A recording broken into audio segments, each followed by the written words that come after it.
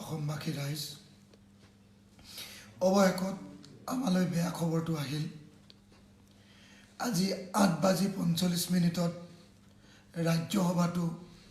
নাগৰিকত্ব সংশোধনী বিধেয়ক 2019 অৰ্থাৎ কেব গৃহীত হৈ গ'ল আমি সমগ্ৰ অসমবাসী আশা কৰিছিলোঁ যে ৰাজ্যসভাত কেবখন গৃহীত নহ'ব অথবা আমি আশা কৰিছিলোঁ যে ৰাজ্যসভাত সিলেক্ট কমিটিলৈ পঠিয়াই দিবৰ কাৰণে ব্যৱস্থা গ্ৰহণ কৰা হ'ব কিন্তু সিলেক্ট কমিটিলৈ পঠিয়াই দিবৰ কাৰণেও বিজেপিয়ে মান্তি নহ'ল এনডিএ মান্তি নহ'ল বৰং 8:45 আজি চূড়ান্ত যি ভোটদান হ'ল সেই ভোটদান অনুসৰি সিদ্ধান্ত হ'ল যে ৰাজ্যসভাত 25টা ভোটত এই বিধেয়কখন গৃহীত হ'ল অৰ্থাৎ কেব আজিৰ দিনটোত আজি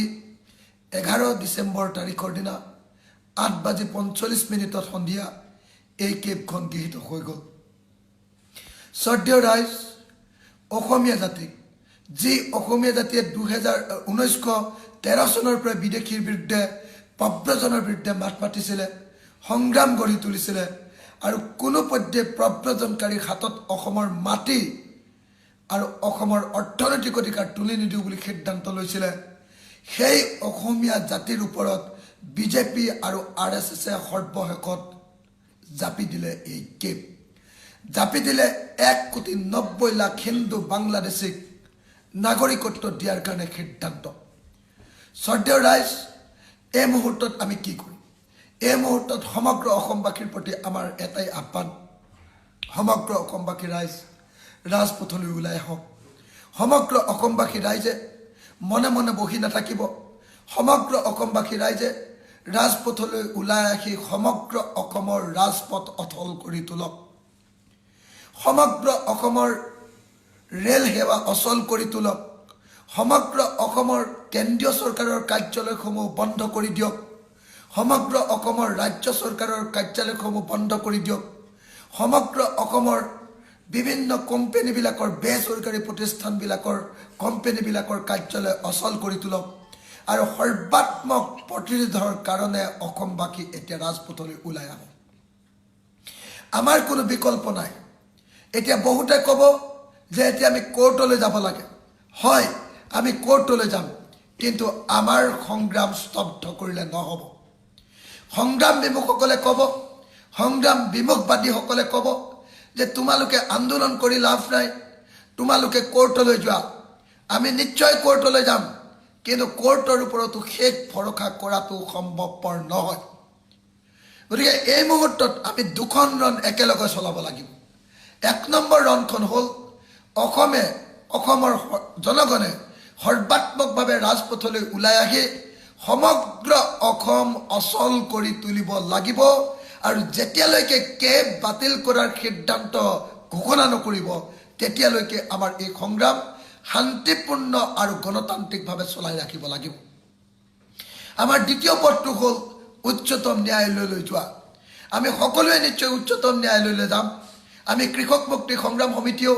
উচ্চতম ন্যায়ালয়লৈ যাবৰ কাৰণে ইতিমধ্যে পেটিশ্যন ৰেডি কৰিছোঁ সাজু কৰিছোঁ আৰু আমি সুপ্ৰিম কোৰ্টৰ বিভিন্ন এডভোকেটৰ লগত এই সন্দৰ্ভত ইতিমধ্যে আলোচনা কৰি সিদ্ধান্ত গ্ৰহণ কৰিছোঁ কিন্তু শ্ৰদ্ধেয় ৰাইজ আমি সকলোৱে মানিবই লাগিব যে এই সময়ত আমি হতাশ হ'লে নহ'ব এই সময়ত আমি বহি দিলে নহ'ব এই সময়ত আমি ফৰিং চিটিকা দিলে নহ'ব এই সময়ত আমি বিশৃংখল হ'লে নহ'ব এই সময়ত আমি ঐক্যবদ্ধ হ'ব লাগিব যি ঐক্যবদ্ধ শক্তিৰ কথা যোৱা 3টা দিন ধৰি অসমৰ ৰাইজে প্ৰকাশ কৰি আহিছে মই অসমবাসী ৰাইজক এই মুহূৰ্তত ৰাজপথলৈ ওলাই আহিবৰ কাৰণে আহ্বান জনাইছোঁ আৰু আজিৰ দিনটোৰ পৰা অনিৰ্দিষ্ট কালৰ কাৰণে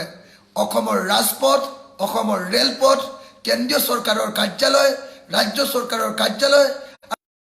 কাৰ্যালয়সমূহ স্তব্ধ কৰি দিবৰ কাৰণে অনিৰ্দিষ্ট কালৰ কাৰণে স্তব্ধ কৰি দিবৰ কাৰণে আহ্বান জনাইছোঁ আমি আটাইয়ে লগ লাগি এই যুঁজখন যুঁজিব লাগিব আৰু এই যুঁজখনত আমি জয়ী হ'বই লাগিব গতিকে সংগ্ৰাম দীঘলীয়া হ'ব কাৰণে এই সংগ্ৰামত ছুটি ৰাস্তা কোনেও নল'ব কোনেও যাতে কেৱল আক্ৰমণ কৰা বা অশান্তিৰ সৃষ্টি কৰা হিংসা কৰা এনেকুৱা ধৰণৰ কোনো পন্থা আপোনালোকে নল'ব আমাৰ সংগ্ৰাম দীঘলীয়া হ'ব কিন্তু বজ্ৰ কঠোৰ হ'ব এই সংগ্ৰাম আপোচবিহীন হ'ব এই সংগ্ৰাম আৰু যিকোনো প্ৰকাৰে হ'লেও কেব বাতিল কৰাবই লাগিব যিদিনা পৰ্যন্ত কেব বাতিল নহ'ব সেইদিনা পৰ্যন্ত আমি সমগ্ৰ অসমৰ ৰাইজ ঐক্যবদ্ধ হৈ থাকিব লাগিব মই শেষত এটাই কথা কওঁ অসমীয়া মানুহ আছে সকলোৱে এই মুহূৰ্তত বিজেপিৰ পৰা পদত্যাগ কৰক সকলোৱে এই মুহূৰ্তত অসম গণ পৰিষদৰ পৰা পদত্যাগ কৰক সকলোৱে এই মুহূৰ্তত বিপিএফ দলৰ পৰা পদত্যাগ কৰক যিসকলৰ জাতি প্ৰেম আছে যিসকলে দেশক ভাল পায় যিসকলে অসমক ভাল পায় যিসকলৰ অসমীয়া সেন্টিমেন্ট আছে প্ৰত্যেকজনে বিজেপি দল ত্যাগ কৰক এজিপি দল ত্যাগ কৰক বিপিএফ দল ত্যাগ কৰক এই দলকেইটাই আমাক চূড়ান্ত বিশ্বাসঘাতকতা কৰিলে গতিকে আমি সমস্বৰে আমি এই মুহূৰ্তত বিজেপি দল ত্যাগ কৰাৰ বাহিৰে কোনো পথ খোলা নাই মই সমগ্ৰ অসমবাসী ৰাইজক শান্তিপূৰ্ণ কিন্তু দৃঢ়তাৰে সৈতে অশান্তি বিয়পা নবিয়াকৈ হিংসাত্মক কাৰ্য নকৰাকৈ অথচ আপোচবিহীনভাৱে এই